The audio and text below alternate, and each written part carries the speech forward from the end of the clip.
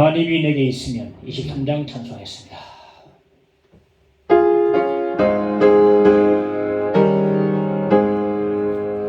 만입이 내게 있으면 그 입 다 가지고 내 구주 주시는 종을 늘 찬송하겠네. 내 은혜로신 하나님 날 도와주시고 그 크신 영광 넓이 펴 알게 하소서. 내 주의 귀한 이름이 날 위로하시고 이 귀의 음악 같으니 참 희락되도다. 내 죄의 권세 깨뜨려 그 결박 푸시고 이 추한 마음을 비로소 온전케 하셨네. 아멘. 하나님 말씀 로마서 보겠습니다. 로마서 2장 17절에서 29절까지 보겠습니다. 유대인이라 불리는 네가 율법을 의지하며 하나님을 자랑하며 율법의 교훈을 받아 하나님의 뜻을 알고 지극히 선한 것을 분간하며 맹인의 길을 인도하는 자요 어둠에 있는 자의 빛이요 율법에 있는 지식과 진리의 모본을 가진 자로서 어리석은 자의 교사요 어린 아이의 선생이라고 스스로 믿으니 그러면 다른 사람을 가르치는 네가 네 자신을 가르치지 아니하느냐? 도둑질하지 말라 선포하는 네가 도둑질하느냐? 간음하지 말라 말하는 네가 간음하느냐? 우상을 가정히 여기는 네가 신전 물건을 도둑질하느냐? 율법을 자랑하는 네가 율법을 범함으로 하나님을 욕되게 하느냐? 기록된 바와 같이 하나님의 이름이 너희 때문에 이방인 중에서 모독을 받는도다. 네가 율법을 행하면 할례가 유익하나 만일 율법을 범하면 네 할례는 무할례가 되느니라. 그런즉 무할례자가 율법의 규례를 지키면 그의 무할례를 할례와 같이 여길 것이 아니냐. 또한 본래 무할례자가 율법을 온전히 지키면 율법 초문과 할례를 가지고 율법을 범하는 너를 정죄하지 아니하겠느냐. 무릇 표면적 유대인이 아니요 표면적 육신의 할례가 아니니라. 오직 이민적 유대인이며 할례는 마음에 할지니 영에게 있고 율법 초문에 있지 아니한 것이라. 그 칭찬이 사람에게서가 아니라 오직 다만 하나님에게서니라. 아멘. 사랑의 주 함께 찬양합시다.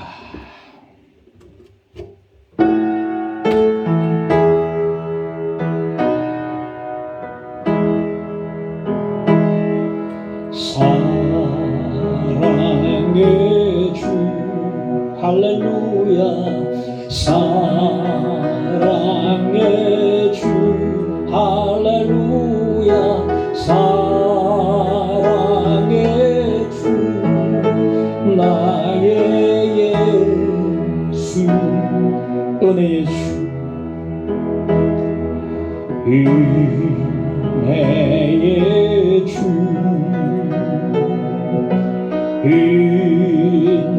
은혜의 주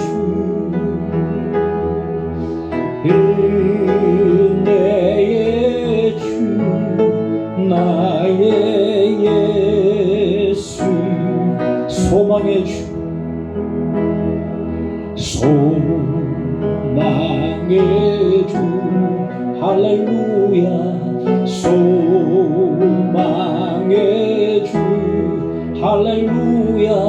소망의 주 나의 예수 은혜의 주 은혜의 주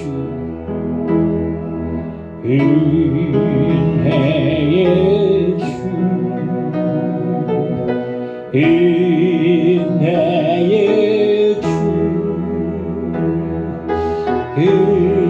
은혜의 주 나의 예수 소망의 주 할렐루야 소망의 주 할렐루야 소망의 주 나의 예수님.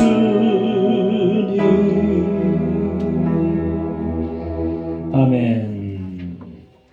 제가 전도사 시절에, 그것도 교육 전도사 시절에 말이죠, 교회 예전도에 야외를 따라간 적이 있습니다.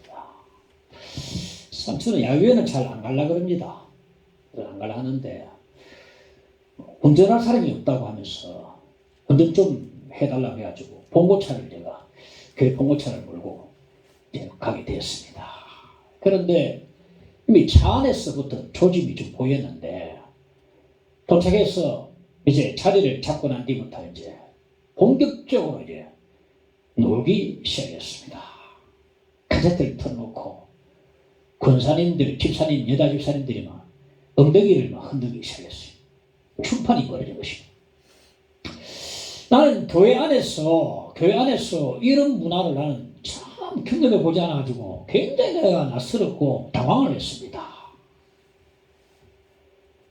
춤곡을 이미 카세트 테이프를 다 준비해가지고 다 틀어놓고 막 살랑살랑 춤추면서 전도사님 이해하세요? 이해하세요? 하면서 막 춤을 추네. 상당히 당황을 했습니다. 야, 저 주사님 방언기도 하는 주사님 맞나? 그렇게 예수 하는 권사님 맞나? 싶은 생각이 들어요. 그런데 밖에 나가더니 막 으쌰 막 노세 철거서라 에이 와, 젊은 내 어린 그 교육 전도사가 야단을 못 치고 안 보이는 데 가가지고 민망해가지고 혼자 앉아 있었어요. 근데 막 이아이세이 하고 막 추는데 권사님들도 엉덩이 흔들고 집사님들도 엉덩이 흔들고 막. 그래서 이런 생각이 그때 한 것 같습니다. 과연 신자는 누군가? 이런 의프하게 이런 생각 했던 것 같아요. 그리고 믿음은 뭐고 신자의 삶은 어떤 게 진짜 삶인가? 저분은 방언하는 집사님 맞나? 이런 생각 그때 했던 것 같아요. 오늘 바울은 오늘 보면 19절에 말합니다. 17절에 유대인이라 불리는 네가 그래 말합니다. 그래서 지금 이제 오늘 본문을 통해서 바울은 유대인에게 이제 시선을 돌리고 있음을 볼 수가 있습니다. 첫째, 자랑입니다. 유대인이라 불리는 네가 이라거든요. 유대인들은 자신들이 유대인이라는 그 자부심이 대단했습니다. 우리 유대인이다.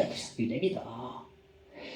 유대인, 유다 뜻은 칭찬, 찬송이라는 뜻입니다. 야곱의 넷째 아들이 유다 아닙니까?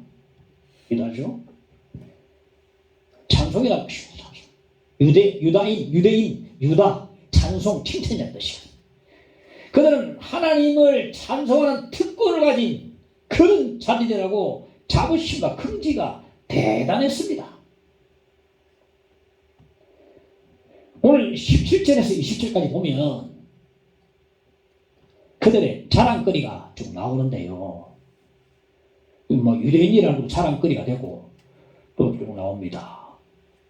네가 율법을 의지하며 나오거든요. 네가 율법을 의지하며. 그러니까 이스라엘 백성들은요, 시내산에서 모세를 통해서 하나님부터 직접 율법을 받은 백성들입니다. 율법을 받은 백성들이 이스라엘 백성들이에요. 그때는 이스라엘 백성들이 했죠. 지금 유대인이라 그러거든요. 바벨론 포로 생활 돌아오면서부터 유대인이라 그랬습니다. 그때는 이스라엘 백성들이라고 성경에 나오지 않습니까?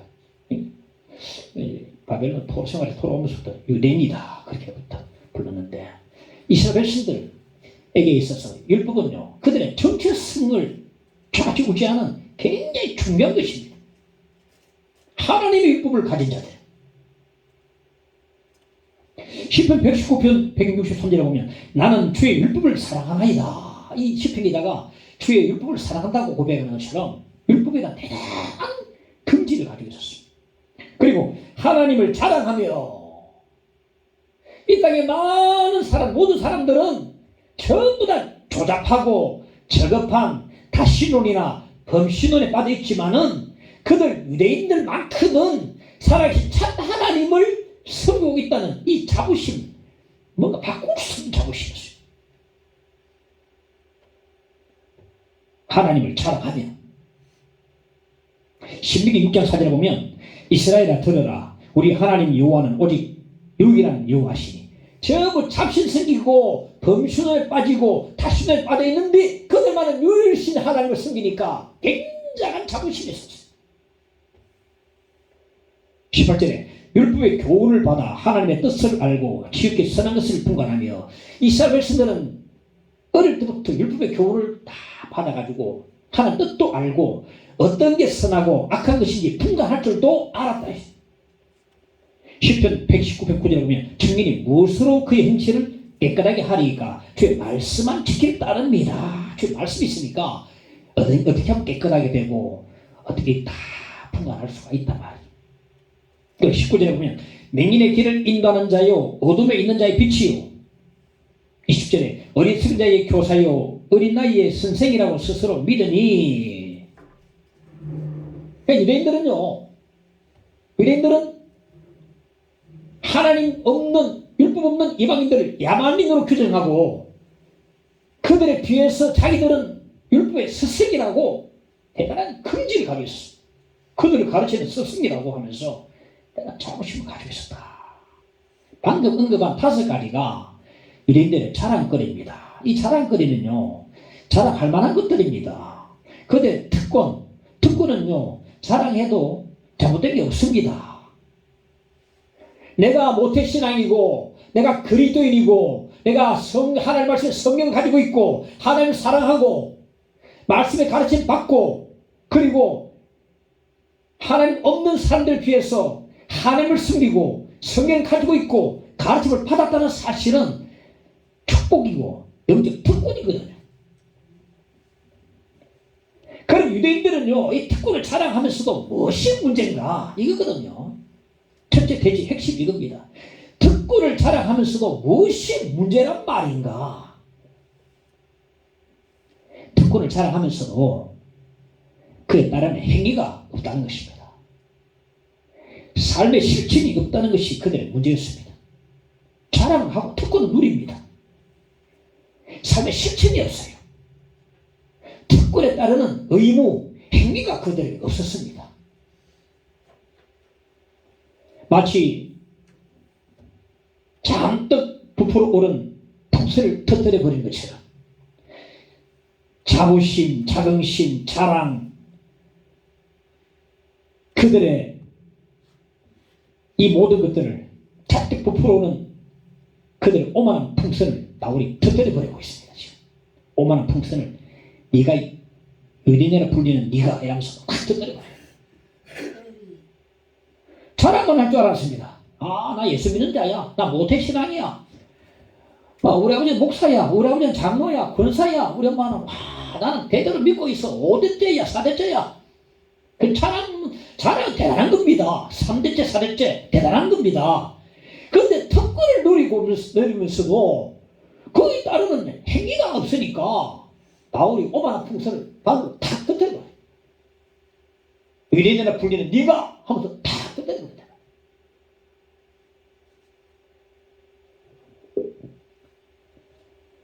누가복음 18장 11절에 보면 바리새인은 서서 따로 기도하여 이르되 하나님이여 나는 다른 사람들 곧 토색, 불의, 간음을 하는 자들과 같지 아니하고 이 세리와도 같지 아니함을 감사나이다. 이 바리새인은요 세리 근처도 안 갑니다. 뚝 떨어져서 기도합니다. 그들이 가지고 있는 영적 성별은 정말 자랑할 만한 것입니다. 대단한 것입니다. 하나님께서 성별을 주셨어요. 대단한 것입니다. 어떤 사람이 주일날 주일 예배를 드리면서 이렇게 기도했습니다. 대표 기도하면서 하나님 아버지 우리를 영문제부터 우리를 예정하시고 택해 주시고 우리를 부르시사 하나님의 거룩한 백성이 되게 해주시고 저 세상에 하나님 모르는 살아가는 구별시켜서 하나님 백성이 되게 해주시고 이렇게 입술로 기름을 찬송하면서 이 주일날 모여서 주의 이름 부르면서 성모를 찬양하면서 이렇게 예배드리게 하시니 감사하나이다. 이 기도는요 뭐 잘못된 게 없습니다. 여기 특권은 잘못된 게 없어요. 뭐냐면 특권에 따르는 의무를 우리가 모르고 있다는 것입니다. 자, 바리새인 보십시오. 방금 먹은 것도 바리새인. 세리가 뚝 떨어져서 그와 다름을 감사합니다 했지만은 세리에 대한 그 의무에 대해서는 조금도 모르고 깜깜했습니다. 토색하는 자, 가람하는 자, 인자와 구별시켜 주신 걸 감사했지만 그에 대한 의무는 전혀 모르고 있다는 것입니다. 유대인이라 불리는 네가, 즉 그리스도인이라 불리는 네가 특권을 누리고 자랑하면서도 구체적인 실천은 너무도 없다는 그런 말씀을 해주고 있음을 볼 수가 있습니다. 중요한 것은 바로 이것입니다. 실천. 중요한 것은 실천이다.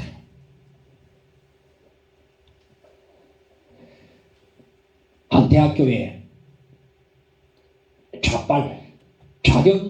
좌파에 물들어 있는 총학생회장이 있었는데 이 총학생회장이 아파가지고 병원에 입원을 했습니다. 그런데 그렇게 따른다는 다른 사람은 찾아온 사람 한 사람도 없는 거예요. 병실에. 그런데 그동안 내가 무시하고 내가 비웃던 예수 믿는 그 학생을 와가지고 옆에 와가지고 딱 있어주고 별말 안 해요. 있어주고 또 손도 잡아주고 또 이렇게 말도 좀 걸어주고 이래 하더라는 겁니다. 한 사람 안 오는데 예수 믿는 그 학생을 와가지고 그냥 와가지고 손잡아주고 힘을 내라. 비웃었는데 예수 믿는다고 좀 무시했는데 퇴원하고 학교 돌아갔더니 그 학생이 말이죠. 자기가 결석한 모든 과목의 노트를 쫙 정리해가지고 딱 갖다 주는 거예요. 이 빠진 거 있지? 내가 다 해놨다. 그 사람이 그 친구를 보고 지도 그리스도인이 됐어요.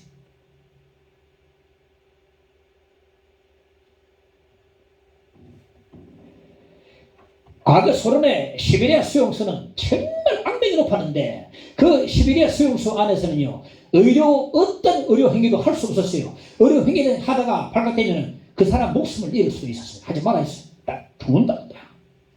그 죄수 가운데 예수 믿는 한 유대인 의사가 있었어요. 유대인인데 유대인이 예수 믿기 힘들거든요. 유대인들이 내쳐버리지 않습니까? 예수님을. 그 히틀러가 경하게 그걸 이용했죠. 유대인들 다 죽이지 않습니까? 600명 학살하고 유대인들 죽여라 해가지고 유대인들 표적 삼아가지고 막 죽여버리지 않습니까? 예수를 죽였다 해가지고 유럽 사람들은 그 차대 많으니까 막 그래 유대인들을 몰아가 버렸죠.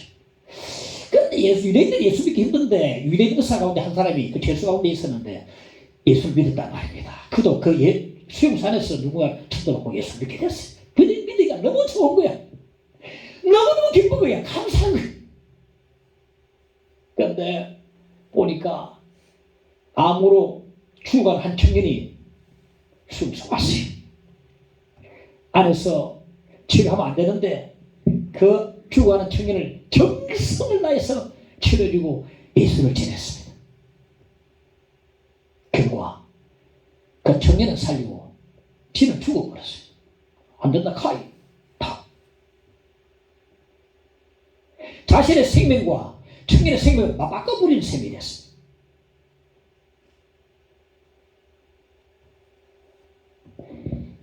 그 청년이 바로 누구냐면 솔제니친이라고 대단한 문학가입니다. 노벨 문학상 받은. 그래서 나중에 수용소에 나와가지고 그 악랄한 소련의 수용소를 고발하는 그런 문학을 봤습니다. 그렇습니다. 이 솔제니친 청년이 힘위에 가는 가운데서도 그 유대인 여사가 들려주는 예수 복음을 듣고서 예수를 믿었단 말입니다. 안 듣는 같았는데 못 듣는 같았는데 죽어가는데 다 듣고 있다. 그래서 교회 와가지고 딴짓해도 다른 거 자고 있어. 뭐 한 50점 받을 것 같아. 내가 볼 때는 자는 것 같지만 좀 듣고 있어요. 옛날 콩나물 시루 이런 거 키울 때 알죠? 안방에다가 콩나물 키울 때에 밑에 딱 구멍 뚫어가지고 받쳐놓고 막 물 쫙 주는데 다 물이 빠진 것 같은데 안 자는 것 같은데 아침에 보면 수술 자라 있어요. 물이 다 빠지는 것 같은데 자라는 거야. 그러니까 교회 나와서 자도 교회에서 자시기 바랍니다. 나한테 좀 야단받아서 계속 자시겠다. 아니 희망하게 깜박깜박 하면서도 그것을 저런 복음을 다 두고 그리들이 되었어요. 하나님을 사랑한다는 게 뭐냐면은 실천하는 거예요. 실천하는 거. 실천. 이게 가장 중요합니다. 특권을 누리고 자랑하면서도 이 특권에 따르는 행위, 이 삶의 구체적인 이 실천이 없다면 가장 중요한 것을 놓치는 사람이라고 말할 수가 있습니다. 진정한 그리스도인은 삶 가운데 구체적으로 실천해 나가고 행하여 나간다는 것을 우리가 꼭 알아야 되겠습니다. 둘째, 구체적으로 실천에 대해서 또 보십시다. 바울 사도가 유대인들의 잘못된 영적 특권에 대해서 지적하고 난 뒤에 이제 21절에서 24절까지 보면 그들의 외식을 또 지적하고 있습니다. 외식은 밖에서 밥 먹는 게 아니고 외식, 왜 겉과 속이 다른 표리 무두간 거 그걸 말하죠. 바리새인이 대표적인 거 아닙니까? 속에는 부글부글 막 무덤같이 막 뼈다귀 확 있는데 겉으로는 안 해치하고 뭐 이런 바리새인 같은 외식하는 것을 외식을 그대로 외식의 원뜻은 배우입니다. 배우. 여러분 배우 연극하는 사람 보십시오. 집에서 마누라하고 막 싸우고 와도 연극할 때 아닌 것처럼 기쁘게 막 하는 사람 배우 말이죠. 외식하는 자가 배우입니다. 배우. 21절에 보면 그러면 다른 사람을 가르치는 네가 네 자신은 가르치지 아니하느냐. 이 말씀에 가장 마음에 찔리는 사람들은 목사일 겁니다. 왜? 가장 외식하기 좋은 사람이 강단에서 말씀을 전하는 자이거든요. 성경을 가르치는 사람. 뭔가 모르게 저도 뭔가 모르게 참 과장이 될 수 있어요. 과장이. 참 과장되고 과장돼가지고 그럼 그 실제하고는 좀 떨어질 수 있어요. 그런 위험이 있거든요. 가장 외식하기 좋은 사람이 쉬운 사람이 강단에서 말씀을 전하는 목사들이나 성경 교사들이 가장 외식하기 좋은 사람들입니다. 저도 그렇습니다. 그런데 오늘 이 말씀은 내가 꼭 전해야 될 말씀이기 때문에 안 전할 수 없어요. 그럼 어떻게 전합니까? 회개하는 마음으로 전합니다. 회개하는 마음으로. 회개하는 마음으로 전해야 되니까 어쩔 수 없이. 그러나 회개하는 마음으로 전합니다. 사도 바울도요, 이 문제를 가지고 얼마나 고민했는지 모릅니다. 사도 바울조차. 고린도전서 9장 27절에 보면 내가 내 몸을 복종하게 하면 내가 남에게 전파한 후에 자신이 도리어 버림을 당할까 두려워하리로다. 내가 전하고 난 뒤에 내가 버림을 당할까 두려워하여서 고민하고 이걸 굉장히 마음에 두고 있던 바울이었어요. 바울이 이러면 모든 목사들은 당연하지 않겠습니까? 저는 내가 안 지켰던 말씀을 전할 때는요, 내가 나를 향해서 소개합니다.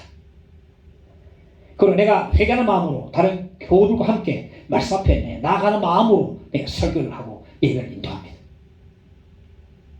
가르치는 내가 이 자신을 가르치지 아니하느냐. 많이 있거든요. 그래서 많이 선생이 되지 말란 말이었습니다. 자신을 바라보고 설교해야 되는데 깜빡할 때가 많이 있어요. 그리고 도둑질하지 말라. 선파는 네가 도둑질하느냐. 가늠하지 말라 말하는 네가 가늠하느냐. 우상을 가정에게는 네가 신정무건을 도둑질하느냐. 무슨 말입니까? TV 화면에 범죄자가 새고양 쳐고 나오는 거 보면 죽일 놈, 살릴 놈 하면서 자기도 똑같은 일을 하는 거예요. 물론 우리가 범죄 행위 가랑도 안 하고 뭔가 도둑질도 안 하고 그렇게 남을 때리지도 없지만은 탐심이 죄입니다. 탐심의 죄.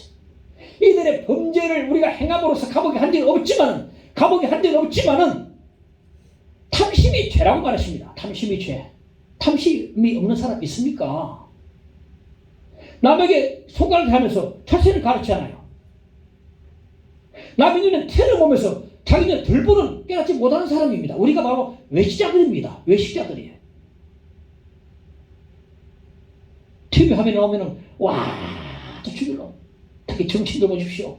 여당 야당 서로 막 하고 자기 여야 바뀌어버리면 똑같은 일이 반복으로 일어납니다. 반복. 여야 바뀌면 똑같은 일이 또 벌어져요. 나 죽겠어요. 괜찮아. 근데 보면 아마 끝버린다. 정치인들 말 별로 신뢰 안 합니다.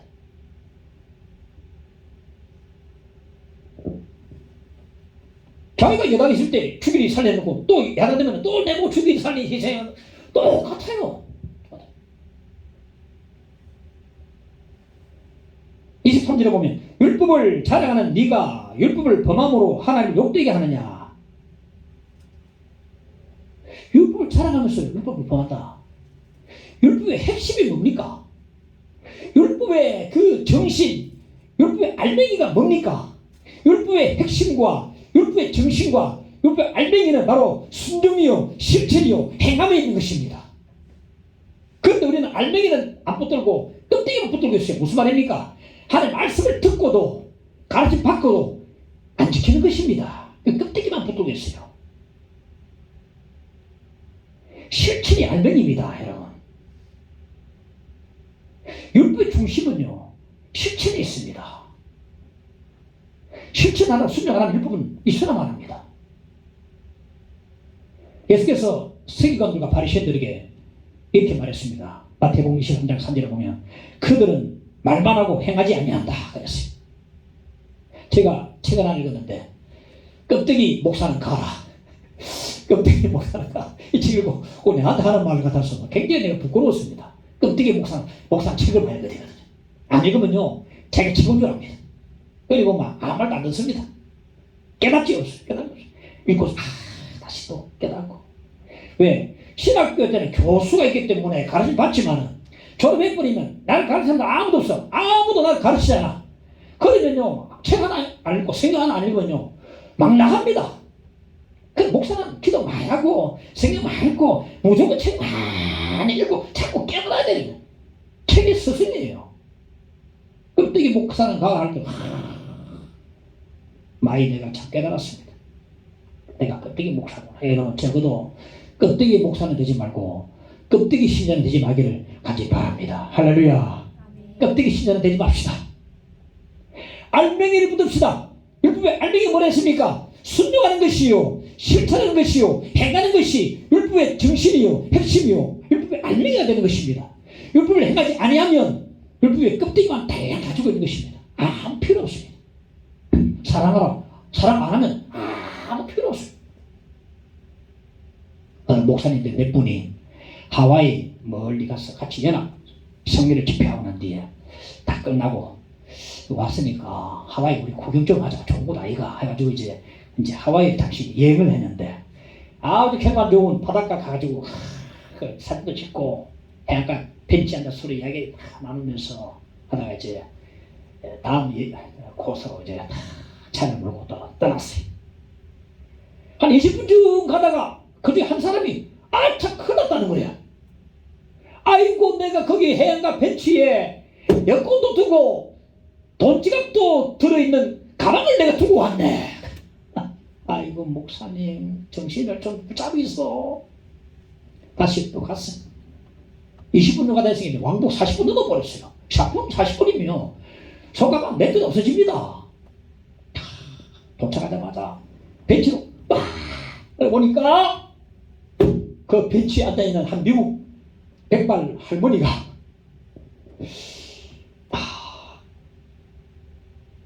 이 손가방 주인을 딱 기다리면서 알아보고 기뻐가지고 아주 맞아주는 거예요. 그 할머니가 가다 보니 벤치 가방에 있는 거 보고 주인을 어떻게 찾아볼까 하다가 그 안에 여권에 보면 사진이 있으니까 사진을 보고 이제 주인을 확인하고 그 주인이 나타나기를 40분 넘게 그 벤치에 기다리고 있었던 거예요.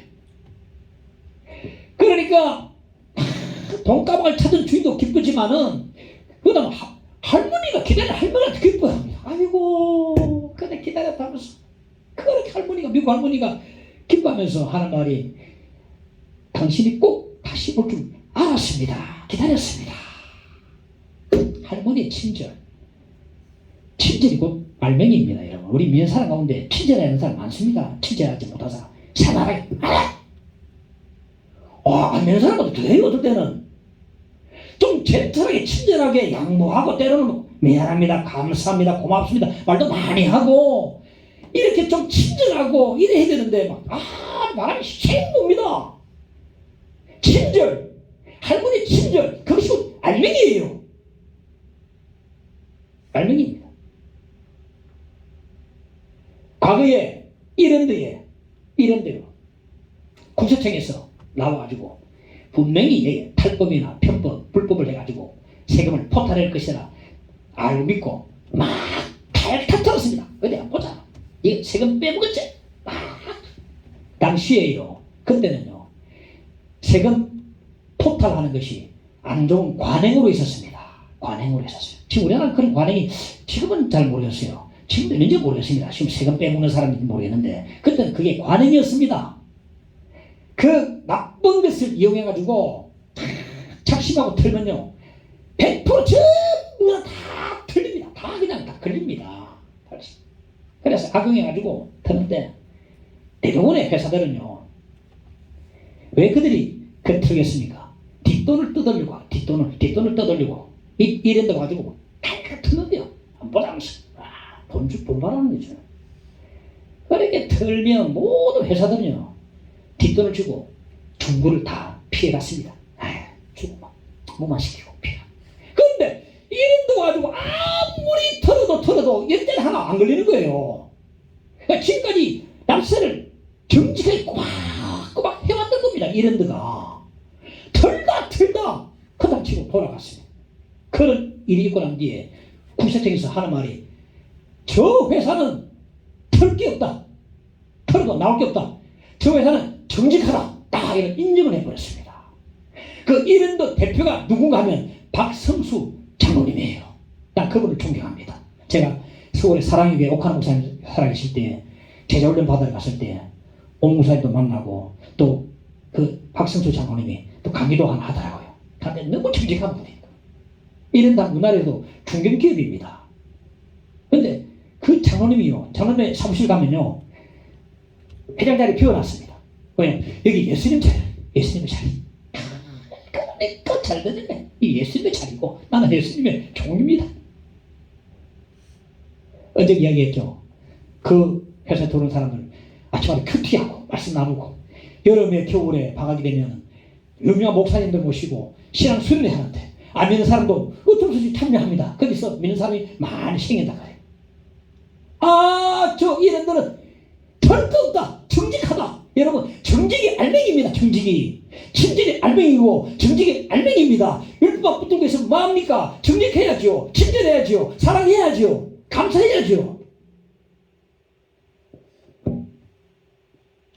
실천이 알맹이입니다. 그 핵심이고 정신이고 그 알맹이를 붙들어야 합니다. 근데 우리 말씀을 듣고 행하지 아니하면 껍데기만 달랑 붙들고 있는 것과 같습니다.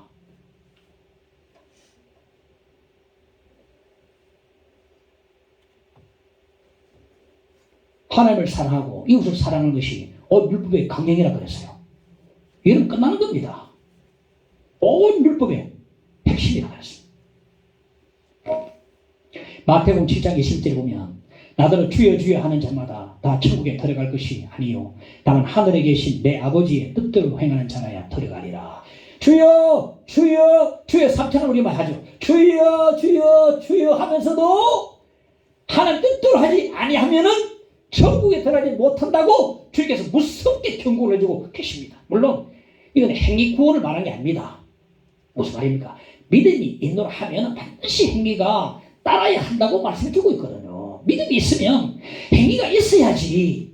이걸 강조하기 위해서 이렇게 말씀하고 계신 겁니다. 지난주에 제가 기도를 하면서 제 일주일에 2번씩 기도를 합니다. 기도하는데 화요일하고 금요일 하는데 금요일 다 돌아서 기도하는데 앞에 정말 이름 모르는 나무가 하나 딱 있는 거예요. 한국으로 다 있는 거예요. 기도하다 보면 다 봤습니다.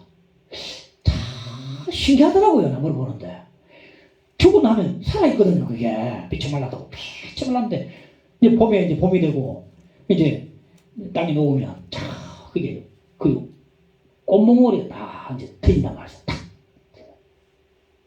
겨울에는 그 나무가 어떤 나무인지 몰라도 꽃망울 터지는 거 보면 이 나무가 바로 이 나무구나 우리가 알 수 있는 겁니다. 산에 올라가면 밤나무가 많이 있는데 저는 뭐 나무를 열심히 안 보기 때문에 이 나무가 밤나무인지 저는 잘 몰라. 근데 밤나무를 겨울에는 몰라도 밤나무는 밤을 딱 맺게 돼 있는데 지금은 몰라도 맺을 때 되면 밤을 딱 맺으면 이 나무가 밤을 보고 밤나무인 줄 우리가 알 수 있지 않습니까? 이 밤나무였구나. 우리가 행동을 보면 그 사람이 믿는 사람인지 알 수 있다는 겁니다. 알 수 있다는 겁니다. 주여 주여 하면서도 개판으로 사고를 하면 어떻게 되겠습니까? 아니다. 아니다. 성경은 그게 아니다. 그 사람 아니다. 마태복음 7장 18절에 보면 좋은 나무가 나쁜 열매를 맺을 수 없고 주님 말씀하셨는데 열매를 보면 나무를 알 수 있고 행함을 보면 그 사람을 알 수 있습니다. 술 먹고 들보면 그 사람 예수 믿는다 하면 믿을 수 있겠습니까? 그러므로 율법을 자랑하지 말고 껍데기만 붙들지 말고 주여만 하지 말고 율법의 핵심, 율법의 정신, 율법의 알맹이를 붙들어야 하는데 율법의 핵심과 정신과 알맹이 뭐라 했습니까? 하나님 율법을 행하는 것이고 율법을 실천하는 것이고 율법대로 사는 것이 바로 핵심이고 알맹이가 되는 것입니다. 그러므로 껍데기 신자가 되지 말고 알맹이 신자가 될 수 있기를 간절히 축원합니다. 제 마음을 봅시다. 오늘 본문 25절 29절에 보면 할례에 대해서 말씀이 나오거든요. 창세기 17장에 보면 유대인들의 조상인 아브라함이 하나님께서 아브라함과 언약을 맺으시고 너와 내 후손에게 영원히 내가 하나님이 되리라 이렇게 언약을 하시는데 그리고 할례를 행하라고 당명합니다. 뭐 할례 여러분 말해도 알죠? 할례가 뭔지. 그거 아닙니까? 그 시기 왜 했습니까? 그 시기. 다 알죠? 오래된 그 시기 할례. 그리고 언약의 표시로 언약 백성 표시로 할례를 행하라 해가지고 아브라함의 후손들은 모두 태어난 지 8일만 되면은 다 할례를 다 행해야만 했습니다. 이 할례는 아브라함의 후손들이 언약의 백성이라는 것을 다 표시하는 표시거든요. 표시. 외적인 표시입니다. 그런데 유대인들은요, 이 할례를 가지고 기자가 청와대 출입증만 딱 달고 있으면 자동으로 청와대 들어가는 것처럼 할례만 받으면 천국으로 자동으로 들어간 줄 그렇게 알고 있습니다. 이 할례를 어떻게 알았느냐? 하나님의 진도를 막아주는 부적으로 알아. 부적 딱 할례 받으면 이제는 나는 진도 없어. 난 천국 가. 할례 받으면 할례를 큰토록이나 소중하게 생각해요. 마지막에 할례인 거야. 마지막 그래 딱 의지하는 게 할례였습니다. 그래 할례 받은 백성이다. 우리 천국 간다. 하나님 진도를 다 막아준다. 할례를 붙들고 있으면 요즘 할례는 위생으로도 할례 받는 사람 많은데 그래 딱 요즘 어떤 사람들은요 세례를 이거같이 생각합니다. 세례 증서 가지고 있어요. 세례 증서를 중세시대에 면죄부 정도로 착각합니다. 내 돈 주고 사는 면죄부가 천국의 티켓 신냥 착각하는 것처럼 세례 증서가 그렇게 착각하고 있어요. 세례 증서만 가지면 난 세례 받은 어느 목사님 유명한 전풀도 목사님한테 세례 받았는데 나는 옥한의 목사님 세례 받았는데 나는 세례 받았는데 세례자야. 세례 증서 보여. 나는 세례 받았어. 이 세례 증서가 뭡니까? 신앙이요는 세례가 뭡니까? 세례의 의미는요 물에 들어가면서 우리는 침례교처럼 물속에 진짜로 들어가지 않습니다. 뿌리긴 하거든요. 근데 뿌리는 게 바로 물에 들어가는 그 의미가 그대로 우리는 상징으로 하거든요. 굳이 들어갈 필요가 있는가? 옷 한 벌밖에 없는데. 뿌릴 때 우리 들어가는 것으로 우리 상징합니다. 그래서 물에 들어갈 때 예수와 함께 죽고 물에서 올라올 때에 예수와 함께 올라와서 새 생명 가운데서 살아간다는 그런 의미가 세례의 의미인데 세례 증서보다 신앙 고백이 100번이나 더 중요합니다. 세례 증서 이거요 신앙 고백 없이 받은 세례 증서 이거는 표준표기에 불과합니다. 표준입니다. 표지.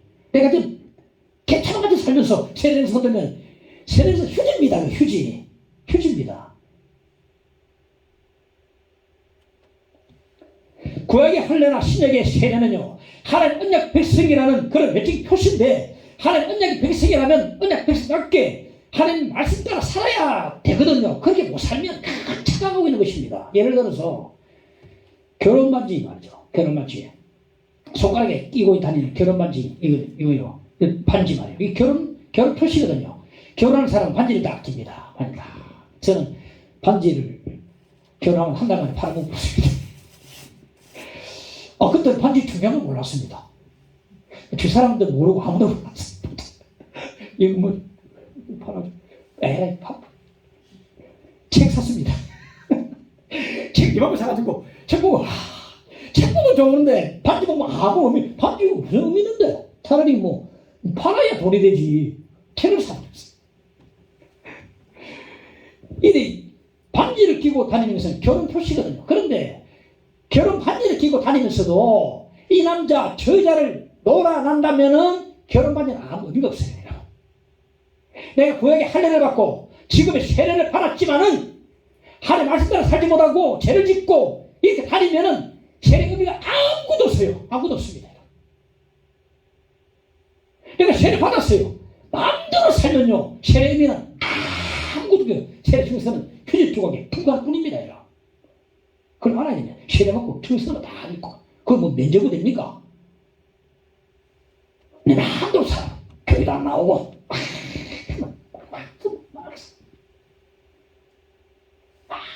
필요 없었어. 언약의 백성이면 언약 백성답게 살아야 되죠. 세례는 하나님 언약의 백성이라고 표시 아닙니까? 매직 표시거든요. 그래서 오늘 25절에 뭐라 했습니까? 만일 네가 율법을 범하면 네 할례는 무할례가 되느니라. 하나님 율법대로 살지 않고 죄를 범하면 할례나 세례가 아무 소용없다 이 말이에요.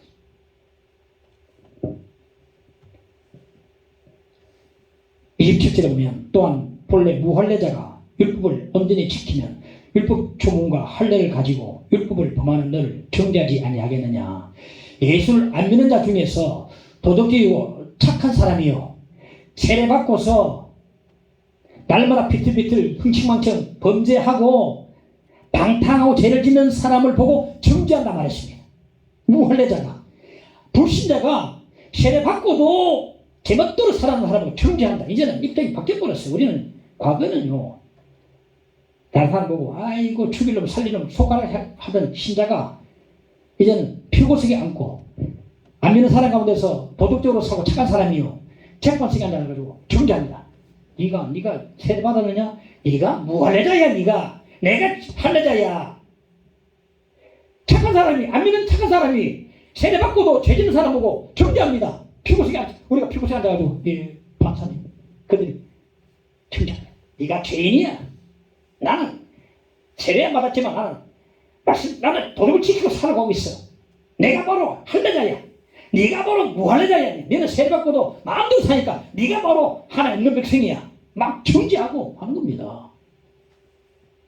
지금요 우리가 문제가 뭡니까? 사회에서 예수 믿는 사람들이 빛과 소금의 역할을 하고 이러면 소금은요 바다가 그렇게 참 해도 넓어도요 소금만 한 3%만 있으면 바다는 안 썩습니다.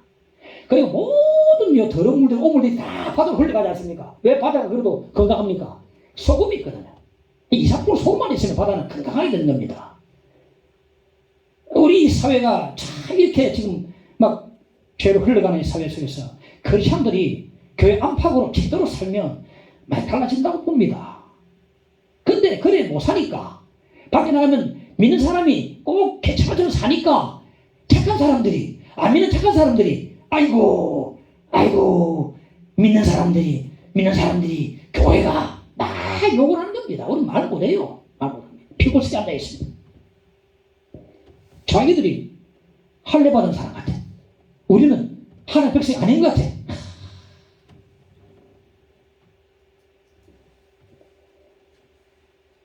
(24절에) 보면 하나님의 이름이 너희 때문에 이방교에서 모독을 받는도다. 불신자들의 죄를 보면도 하나님께 요구가 안 되지만 신자들의 죄를 보면 하나님께 다 요구이 돼버립니다. 하나님을 모독하는도다. 이방인 중에서 깨달아 계셔야 됩니다. 그러면 참 유대인이 누구냐 하는 것입니다. 참 유대인이 누구냐? 28절에 봅시다. 무릇 표면적 유대인이 아니요 표면적 육신의 할례가 아니니라. 오직 이면적 유대인이며 할례는 마음에 알지니 영에 있고 율법 조문에 있지 아니한 것이라. 표면적 유대인은 겉으로 유대인이고 이면적 유대인은 속으로 유대인입니다. 사도 바울이 참 유대인에 대해서 대답합니다. 이면적 유대인이 참 유대인이다. 할례는 마음에 알지니 겉으로 할례는 마음에 알지니. 그래서 할례를 마음으로 하는 자, 이면적 유대인이 참 유대인입니다. 할례는 마음에 알지니. 이 말씀 저는 다 꽂혀버렸어요. 할례는 마음에 알지니. 이 말씀은요 구약 성경도 동일하게 주장합니다. 신명기 10장 16절에 보면 그러므로 너희는 마음에 할례를 행하라 이라거든요. 예레미야 4장 4절에 보면 너희는 너희 마음 가죽을 베고 나 여호와께 속하라. 에스겔서 36장 26절에 보면 또 새 영을 너희 속에 두고 새 마음을 너희에게 주되 말하거든요. 성령께서 우리 가운데 새 마음을 주십니다. 하나님께서 새 마음을 주신다고 약속하셨는데 성령께서 새 마음을 우리 가운데 주시는 마음이 바로 새 마음이 됩니다. 누구든지 예수를 영접하면 그는 예수께서 살아계십니다. 예수를 모신 마음이 새 마음이 됩니다. 그래서 사도 바울처럼 똑같은 고백을 할 수가 있습니다. 갈라디아서 2장 10절에 보면 내가 그리스도와 함께 십자가에 못 박혔나니 그렇죠. 이제는 내가 사는 것이 아니요 오직 내 안에 그리스도께서 사시는 것이라. 따라합시다. 이제는 내가 사는 것이 아니요 오직 내 안에 그리스도께서 사시는 것이라. 할렐루야. 내가 주님 영접하면 주님께서 내 안에 계시는데 이제부터 주님께서 내 안에 살아계시고 나를 주장하시고 나를 다스리시는 겁니다. 그러므로 우리도 바울처럼 똑같이 고백할 수 있습니다. 내 안에 주님이 살아계십니다. 내 안에 주님이 살아계십니다. 이게 새 마음입니다. 그러므로 우리는 내가 새 마음을 가졌는지 내가 살아있는지 날마다 점검해 봐야 합니다. 하나님의 은혜로 이 쓸데없는 자 왜 구속하여 주는지 난 알 수 없다. 이 찬송을 부를 때 감격이 있는가 하는 것입니다. 하나님의 은혜로 있으리. 내처럼 쓸데없는 사도 부를 겁니다. 이 찬송 부르면 일청 부르면 진짜 쓸데없는 자거든요. 쓰잘데없는 사. 하나님께서는 재활 공장이 되셔서 다 닦아가지고 다 안전만전해가지고 쓰시는. 왜 구속하여 주는지 난 알 수 없. 이 찬송을 부를 때에 내 마음에서 감격이 일어나는가.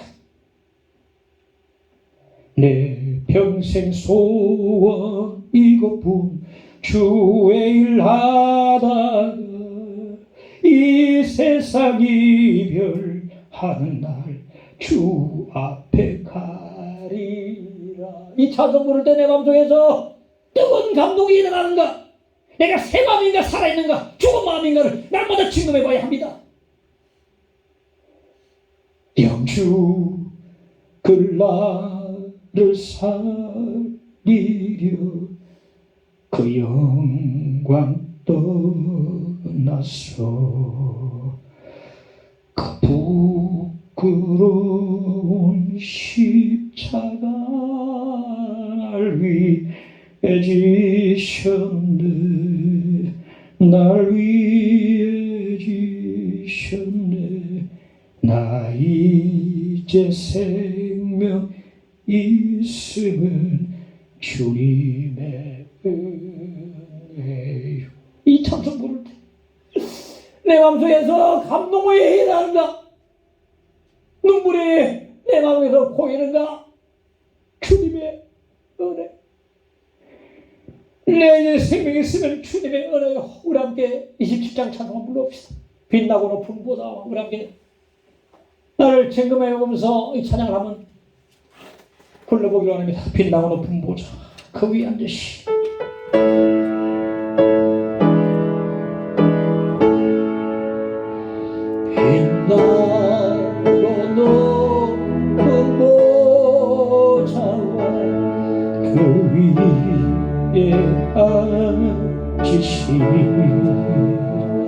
주 예수 영광이 해같이 빛나는 해같이 지극히 높은 지극히 높은 위엄과 주여 모천선 소리 아파요 늘 찬드리는 늘 찬송들 영주를 나를 영주 나를 살리려 그 영광 떠나서 그 부끄러운 십자가 그 부끄러운 십자가 날 위해 지셨네 날 위해 나 이제 생명이 있으면 주님의 은혜요 나 이제 생명이 있으면 주님의 은혜요 저 사망 권세 이기니 그 기쁨 넘치는 그 기쁨 주님의 보좌 있는데 천한 몸이 이렇게 주님의 보좌 있는데 천한 몸이 그 영광 몸속에 올 때 넘치리 내 기쁨 우리 사절마다 하시는 나 이제 생명에 쓰는 주님은 나 이제 생명 있으면 주님의 주여 저 사망 권세 이기니 그 기쁨 넘치는 그 기쁨 넘치는 이 찬송을 부를 때에 내 옷에 감격이 있는가 감동이 일어나는가 주일날 주님의 말씀을 들을 때 설교를 들을 때 내 가운데 주님을 사모하는 마음이 사랑하고 싶은 마음이 주를 위해서 헌신하고 싶은 마음이 뜨겁게 일어나는가 기도한다고 눈 감을 때에 은혜 감사해서 내 눈에 눈물이 고이는가 말씀 들을 때 마음이 움직여지고 찬송할 때 감동이 있고 기도할 때 감사가 넘쳐나고 이 찬송 부를 때 주의 영광의 임재가 내 가운데 나타나고 느껴질 때 이런 순간에 있는 것입니다. 이게 바로 새 마음이거든요. 성령께서 만드신 새 마음입니다. 예수 그리스도를 모신 마음이 새 마음이에요. 나를 다스리시고 나를 주장하시고 나를 살리시는 주님 우리에게 새 마음을 주시는 것입니다. 이런 감동이 일어나지 않는다면 잘 들으시기 바랍니다. 고린도후서 13장 5절에 보면 너희는 믿음 안에 있는가 너희 자신을 시험하고 너희 자신을 확증하라. 예수 그리스도께서 너희 안에 계신 줄을 너희가 스스로 알지 못하느냐. 그렇지 않으면 너희는 버림받은 자니라 말하시네. 할렐루야. 믿습니까? 그렇지 않으면 버림받은 자니라 말하십니다. 지난주 중에 제가 누워서 잠자면 잘 되지 않는데 한 2시쯤 깬 것 같아요. 그래 보니까 내가 시간을 확실하게 확인 안 했는데 분명히 한밤중이었습니다. 그런데 왜 깼는지 갑자기 이런 생각이 갑자기 들었습니다. 내가 죽으면 성경 말씀대로 반드시 하나님 심판 앞에 내가 설 텐데 내가 죽으면 분명히 낙원이냐 음부냐 확 바로 순간적으로 갈라질 텐데 나는 과연 낙원으로 간다고 자신할 수 있는가? 성이 분명히 있다고 하는 분명히 있는 그 하나님의 심판을 난 얼마나 나는 없는 것처럼 여기고 살아갔던가. 심판이 없는 자처럼 내 마음도 그러면서 누워서 드는 거예요. 분명히 죽으면 세계 말씀이 진짜라면 분명히 하나님 심판이 있고 그 심판을 서가지고 어디로 갈 것인가 낙원으로 갈 것인가 천국과 지옥인가 분명히 달라질 텐데 나는 천국 갈 그런 자신나게 있는 것인가 나는 왜 지금까지 있는 그 하나님의 심판을 없는 것처럼 여기고 살아갔던가 다 생각이 드니까 두려움이 생겨가지고 그냥 그 자리에 기도를 했습니다.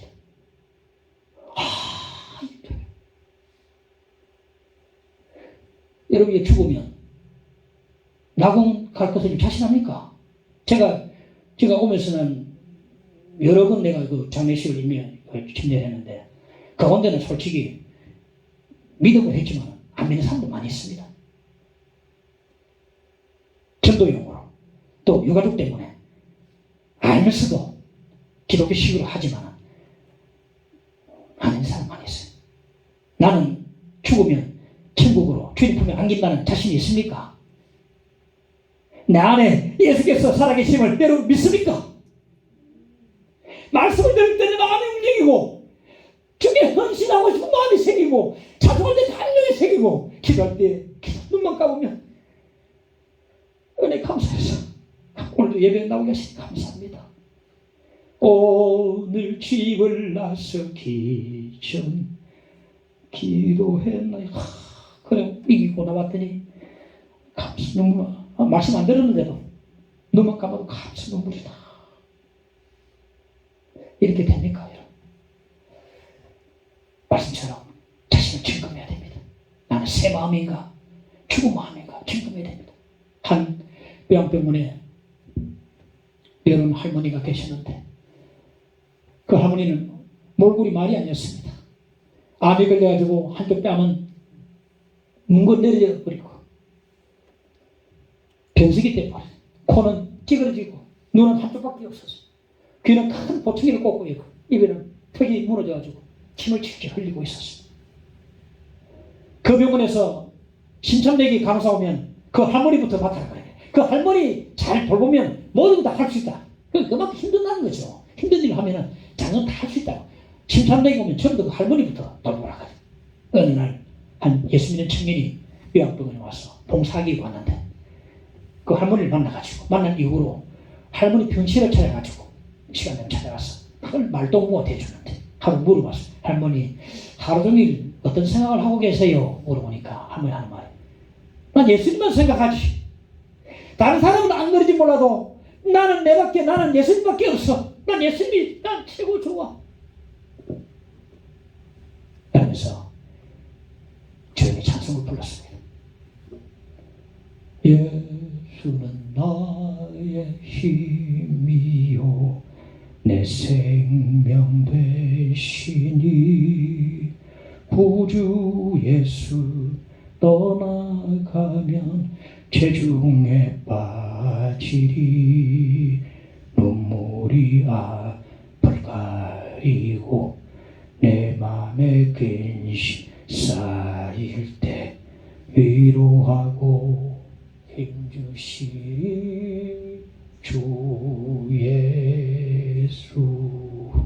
너무 낮게 잡아가지고 땅으로 들어가겠습니다. 지하로 보내가 뭐 할머니 흉내낸다고. 그렇습니다. 누가 참 유대인입니까? 표면적 유대인이 아니요. 이면적 유대인, 속으로 유대인이 참 유대인이라고 말해주고 있습니다. 할례는 마음에 알지. 참 유대인은 바울 사도와 같이 고백하는 자중이었습니다. 오직 내 안에 그리스도께서 사시는 것이 따라합시다. 오직 내 안에 그리스도께서 사시는 것이라. 할렐루야 믿습니다. 새 마음을 가지자. 오직 내 안에 그리스도께서 사시는 것이라. 이 고백하는 자가 새 마음을 가진 자입니다. 믿습니다. 이런 새 마음을 가진 자. 매직 표시에 의지하지 말고 할례는 마음에 알지니 새 마음을 가져서 주 앞에 사랑하고 헌신하고 주를 따라가는 귀한 종들이 되시기를 간절히 축원합니다. 주 예수 내 마음에 들어와 계신 후 변하여 새 사람 되고 289장 함께 찬송하겠습니다. 주 예수 내 맘에 오신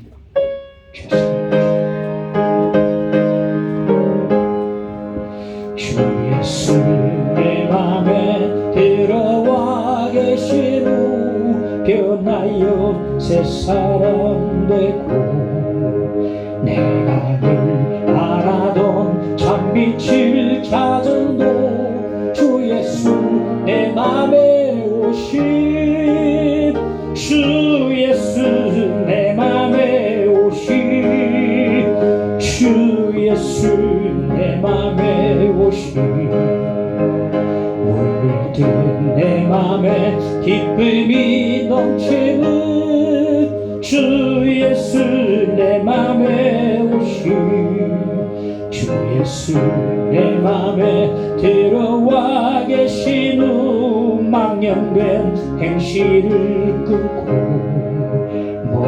머리털보다도 더 많던 내 죄가 눈보다 더 희어졌네 주 예수 내 맘에 오신 주 예수 내 맘에 오신 물든 내 맘에 기쁨이 넘치는 주 예수 내 맘에 오신 내 맘의 소망을 든든히 가지는 주 예수 내 맘에 오신 의심의 구름이 사라져 보임도 주 예수 내 맘에 오신 주 예수 내 맘에 오신 주 예수 내 맘에 오신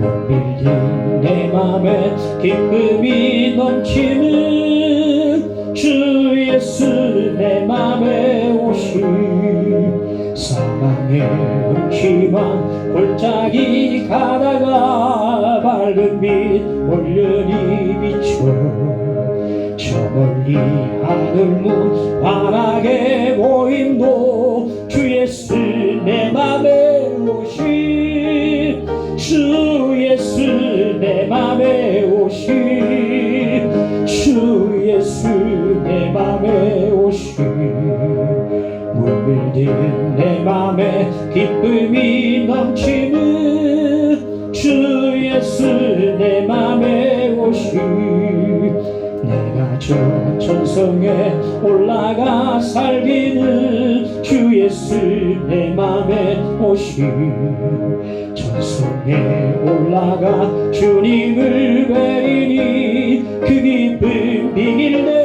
없네 주 예수 내 맘에 오신 주 예수 내 맘에 오신 물밀린 내 맘에 기쁨이 넘치는 주 예수 내 맘에 오신 주여 기도합시다. 주여 아버지 기도드립니다. 아버지 주여 남아 계신 주님을 찬양합니다.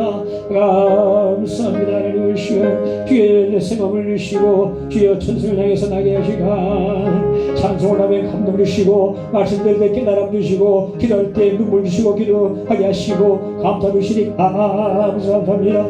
나 안에 사시 계신 그리스도라 고백하며 살아가게 하시고 늘 주고 새만 가지고 승리하게 하시고 그 앞에 풍성 감사 찬송 예배하며 나아가게 되도록 인하여 주시길 간절히 감사합니다. 이 쓸데없는 자 감사합니다. 감사합니다. 주여 감사합니다. 하나님 감사합니다. 하나님 주시옵소서.